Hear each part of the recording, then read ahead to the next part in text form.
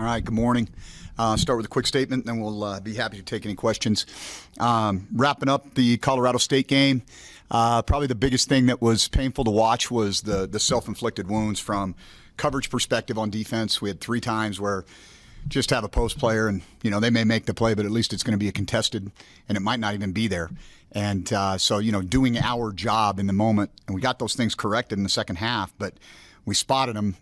Essentially 2 touchdowns on coverage errors. And then the 10-point swing at the beginning of the third quarter was devastating. I mean, it's hard to overcome that against any kind of team, let alone a team that's now undefeated in conference play. And so, when you watch it, there's a lot going on during the game. Didn't really get a chance to fully know what happened until you watch the film. And then you're like, this is pretty simple. This was not a complicated decision to make. The ball's kicked to you, field it. And avoid the catastrophic situation that we had there. And so that being said, we did some things defensively in the second half that made them one-dimensional, and we did some things offensively that really hadn't been done to them in terms of putting drives together and extending drives. We threw the ball really efficiently in the second half. We actually left a couple on the board. Obviously, the pass on 4th and 1 at the end of the first half, get the ball to Savion. I think that's a walk-in. And then we had a similar concept to what they ran on us on the first 3rd down, where we had our guys not playing on the same levels, and we got picked. And they did the exact same thing, and we got off the read too soon. But that guy was, Marcus was probably 20 yards behind the next available defender. And so those are the things that we've got to make. We've got to convert that 4th and 1. We've got to identify when they blow the coverage, and we got to eliminate that on our side. So all that being said, we are taking on a juggernaut this week, man. I mean, I think everybody's going to focus on Ashton Jeanty and kind of the historic year that he's having. But I think what good players do is they make other people around them better. And that's what you see with Ashton, is his ability to get eyeballs on him and become the focal point of what defenses want to stop, and how that's actually enhanced their offense overall. They do a great job of using their tight ends in a variety of ways. They've got a lot of targets on the perimeter, and Madsen you can tell he owns this offense. And you can see how teams, last week San Diego State, like a lot of teams, are going to, kind of commit a lot of bodies to stopping Jeanty, and then, Madsen throws for over 300 yards. And so it's not like this is a one-trick pony, no pun intended. They can do a lot of things on that side of the ball. And then defensively, it's a very, very good unit. I mean, they play together. They play hard.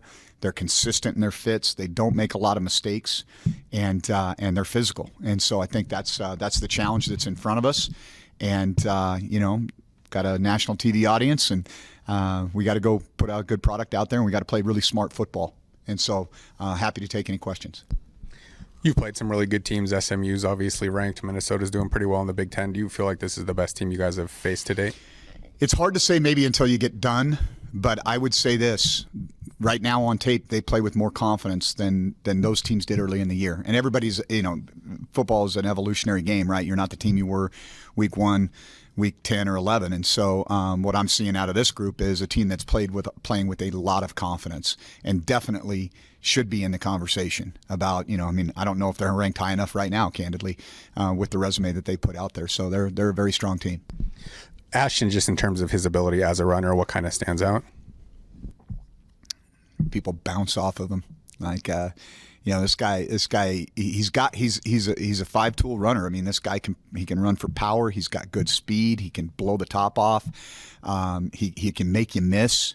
He's a good blocker. He's a threat out of the backfield. I mean, this guy can do it all. And I think it's rare that you see a guy that has that combination of skill. And I think that's what separates him and makes him such a special player. And so that's, he's actually kind of fun to, you watch him and you're like, wow, that was pretty impressive, And one of the things he does better than a lot of runners is he uses his offhand as a weapon. And when people try to tackle him low, a lot of times that's not a winning proposition, because he uses that stiff arm and uses that offhand to get him off you. And that just, that shows you his strength. From your time at Boise State, does he remind you of any of the backs that you worked with, or, were a part of the team with the Broncos? I think every back kind of has their own style. When I was there, Doug was kind of the cowbell. Ian Johnson was Ian was a really patient runner. Doug was explosive, and there was we kind of had a little cadre of backs there at the time, that could all kind of have different skill sets. I don't know that any of them had the complete package that Ashton has, But again, it's hard to compare generationally. It's those guys were tremendous players in their own right. When you look at your run defense, obviously that'll be a key in this game. I guess how would you assess how you guys have done defending the run? Well, I think this last week, going into the game knowing that's what we were going to have to do, I think we did a pretty good job, and we got some leaky runs in the fourth quarter. But for the most part, we shut down what they wanted to do. Our goal going into it was to outrush them and to obviously win the turnover margin, which we did not, and win the time of possession, and we did 2 of those 3. But the errors that we made, I think, made it a little bit bigger scoring margin than it really should have been. Yeah, you look at the last couple games; they haven't been as close as kind of the first several outside of the Minnesota game. How much of that is, do you think, related to injuries, or do you think it's just more you guys are not playing as well? I think it's a little bit of everything. I mean, I think there's that you can. Again, I'm not going to use that. I'm not going to use that as a crutch, the injury piece. But everybody's a different team when they don't have all their players. Coach, after Saturday's game, you talked about confronting the ugliness. How does one go about doing that with a team in a first year? Yeah, well, I think you got to be honest and direct with them. I think that's the first and most important thing. It's not, you can't go into the room on Sunday and say, "Hey, it's okay." We have a cut up that we build every Sunday that we show the team. Hey, these are the things that we did really well. Here's the things that hurt us in the game, and these are the things that are unacceptable in terms of effort, etc. And so I think you go in and you confront the brutal facts of where you're at, and you never lose faith that you're going to have that breakthrough. And that's kind of a interesting dichotomy when you're dealing with 18 to 22-year-olds. And but I think it starts with me and being consistent in terms of what my expectations are with the team. In terms of getting the quarterback on the ground, no one does it better, I think, per game than Boise State. How important is having a highly mobile quarterback in Brendan Lewis facing a team like that? Yeah, I think it's almost a must. Their edges are really good. 91-5 are really good players, and they do a really good job of mixing coverage looks too. And when they run line games, they do, and that's part of it too. To take away a draw or whatever, they're precise in how they run them. They don't get wadded up very often, and so their spacing's usually pretty good on leveraging a quarterback. And I think that's a lot of why they're able to finish the way they do. On top of the fact that they've got good players. A lot of the times when national people bring up Ashton Jeanty, they also do side by side with Barry Sanders. I mean, you probably remember him from back in your college days and around there. Is it a stretch to compare those two, or how do you feel about it? I think different styles. Again, I think it's really hard to do that. I think in any sport, to say, hey, compare Babe Ruth to Barry Bonds. I mean, I don't know how you do that, right? And I know we're not probably talking about that much of a separation, but Barry Sanders was a pretty special player, and I think Ashton is as well. You spent a good chunk of time at Boise State. I don't know if you consider that kind of like your breakthrough in the profession at the college level. I guess what did your time there with the Broncos mean to you in your career? Oh, it was impactful. I'd been a high school coach for 9 years, went to Utah State GA'd when I was 32. 2 years later, the staff gets let go. I spent a year at Eastern Illinois, and I interviewed for the job at Boise State in December of 2005 and get hired. And we go, 13-0, 14-0, whatever it was, and beat Oklahoma in the Fiesta Bowl. And not just for me, but for everybody on that staff. That kind of changed the course of all of our careers. Justin Wilcox was our defensive coordinator. Pete Kwiatkowski was the defensive line coach. We had a lot. Brian Harsin was the offensive coordinator. It was just, and the thing that I remember most about my time there was we were all kind of about the same age. We were kind of going through a lot of the same things with our families at the same time. And to be a part of something, it was like a brotherhood. We didn't want to let each other down. Like for me, the thing that I didn't want to do is I didn't want to let my brothers down. I didn't want to let those kids down. And I think we all worked really, really hard week in and week out to put together a great game plan, regardless of who the opponent was, and put our best foot forward. And that was kind of that was part of the magic there, that and having really good players.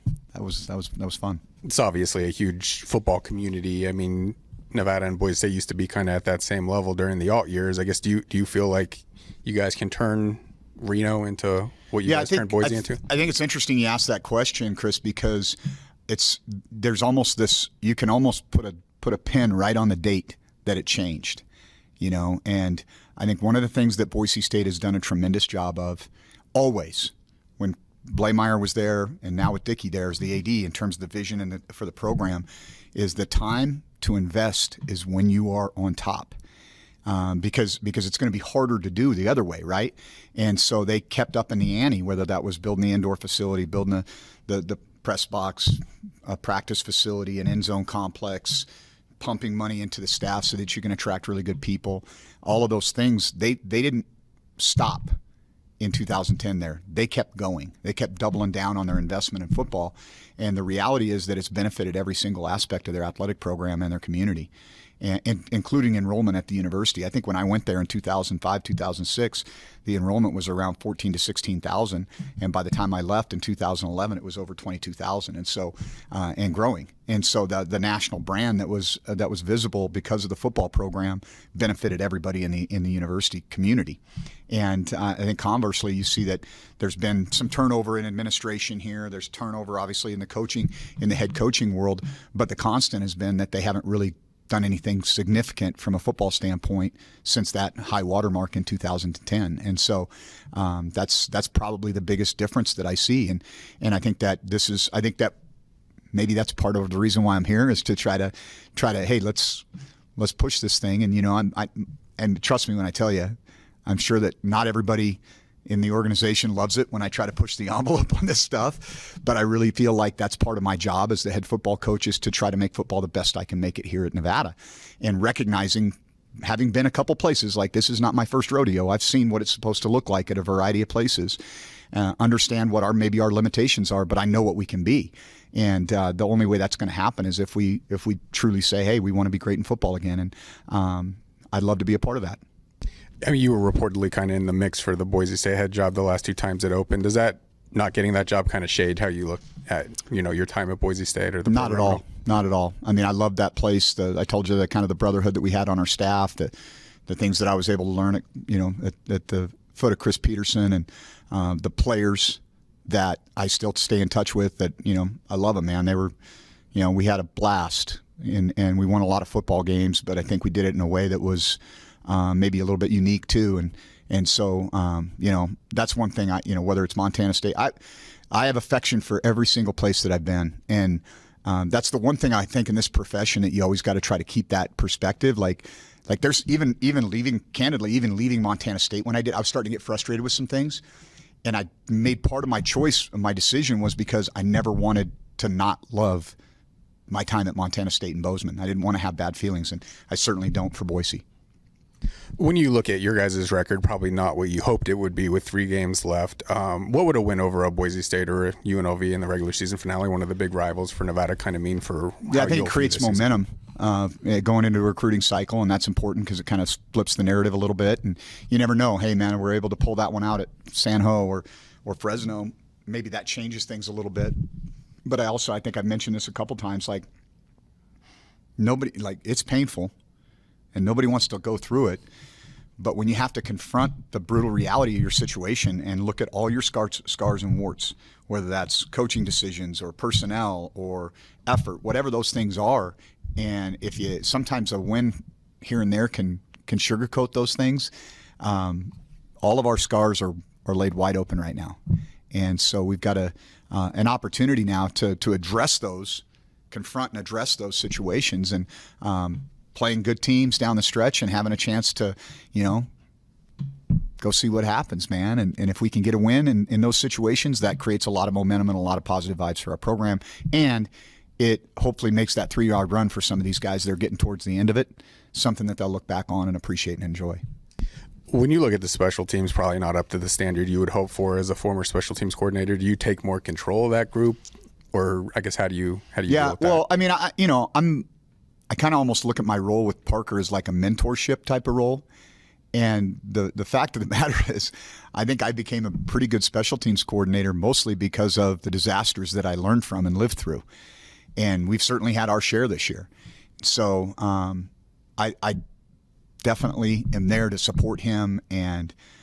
But the one thing that I can't do right now, I can't become the special teams coordinator because I've got the situation with Matt. I've got to be able to help Kane. I've got to be able to be a mentor and have that role with Parker, but I also have to be the head football coach.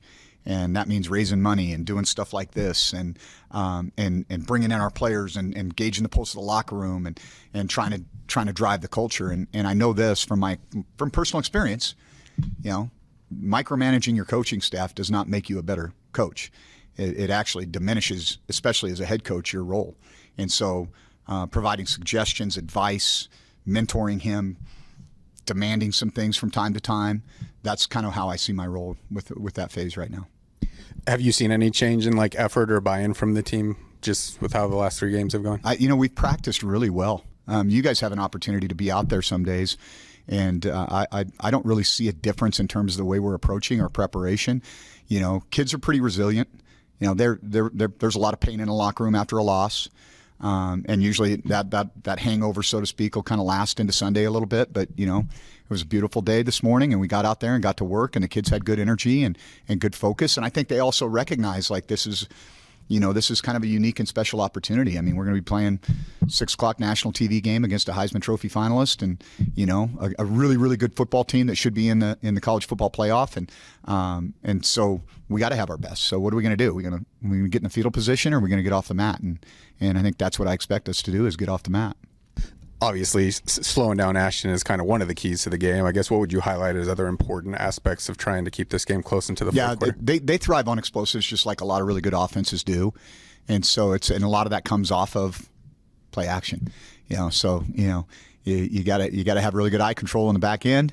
And nobody's really moved the ball consistently well against these guys, but they have given up some explosives. And so whether that's a combination of one of those two, how do we put together drives? How do we do what we do? I mean, our recipe, when we don't screw it up, has been pretty tried and true. Like, hey, let's keep their offense off the field, play under 65 snaps on defense, and do a good job of controlling the pace of the game. And I think that's a really important thing for us in any game, but especially in a game like this. Prior to Saturday's game, there was a little ceremony to have the new plaque installed there outside of Mackey Stadium. Can you just talk a little bit about that and why that was important? Yeah, so kind of Chuck Burr and Keith Lee were a little bit of the driving force behind that, but also a gentleman by the name of John Galloway, who I think had the trident before my time here and was the driving force behind the shield, and has a passion beyond any person I've ever seen, for those who've served our country in the military. And it was cool. I mean, it was that had been there for a long time, and it was time to make it new and shiny and something that we can all look at and be proud of and kind of remember that. And if you walk into our locker room on the outside entrance, the state motto, as well as the University of Nevada motto, Omnia Pro Patria is all for our country. And so we put together kind of a display there, and there's a replica of Freddie's plaque. There's also Keelan Dunn, whose mom, Terry Campbell, came and spoke to our team on Friday night and talked about the sacrifice that he made in Afghanistan, and then recognition of some of our local military units that serve us here in Northern Nevada. And so try to keep that in the forefront of the mind that, we're playing a game, and there's people that have sacrificed a lot to allow us to play this game. And so always trying to recognize and appreciate and pay homage to them.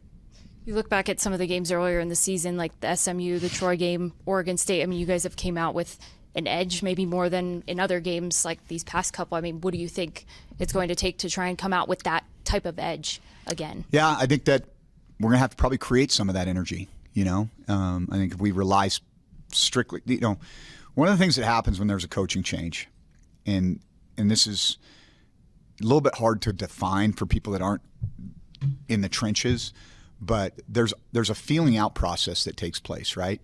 And there's guys that were perceived as leaders previously, and one of the things that I didn't do at Montana State year one, and I haven't done here, is selected permanent captains, because candidly, I don't know who these guys are until we go into competition, and that's something that we kind of have game captains, and kind of now I kind of know who those guys are after going through the majority of the season.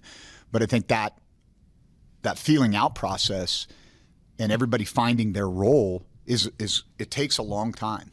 It takes a long time. And so driving that forward, I think our coaches have got to be the guys that are bringing that energy and creating that edge for us, right? So that our guys feel that. And I've certainly challenged them on that.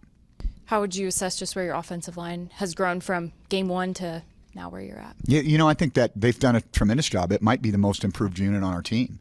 And they're going to be challenged this week. They're going to be challenged. Any more questions for Coach? Chris? Just one. It seems like no matter what's happened this season, like you're not deterred in terms of your confidence that this is going to be a really good program under your leadership. I guess where does that confidence come from that you know that this program is going to lofty heights? Yeah, I've seen it. I think that's there's just so many parallels to this in many of my year one experiences. And, knowing how close we have been maybe actually makes this harder. We were not a competitive football team in a lot of games my first year at Montana State. At the University of Texas, we were getting beaten overtime by Kansas when Kansas wasn't yet Kansas, right? And so, like at Texas, you knew you had talent. In Montana State, I knew I didn't. And here it's kind of in between a little bit, where we've got some good players and we've got some guys that can do what we're asking them to do, but we don't have that gel together yet, right? And I think now going through this season, seeing what those warts and scars are, I have a high degree of confidence that I know exactly what we need to do starting on January 21st when these guys get back from winter break. I mean, I know it, and I know that's gonna lead to the incremental progress that we want to see, so that when we get in these tight games a year from now, we have the discipline and the fortitude to be able to have that breakthrough. And I know this: if I don't have confidence and belief in it, why the heck would anybody else? And so that's part of my role as a leader, is to be consistent in my belief. And I'm a big believer in the Stocksdale paradox, and so, no matter what, man, you can't, whatever your circumstances are, you can't get too high, too low. You got to just understand, hey, if I put my head down and do the things that I know are going to lead to success, I can't tell you when, but I can tell you it's going to happen.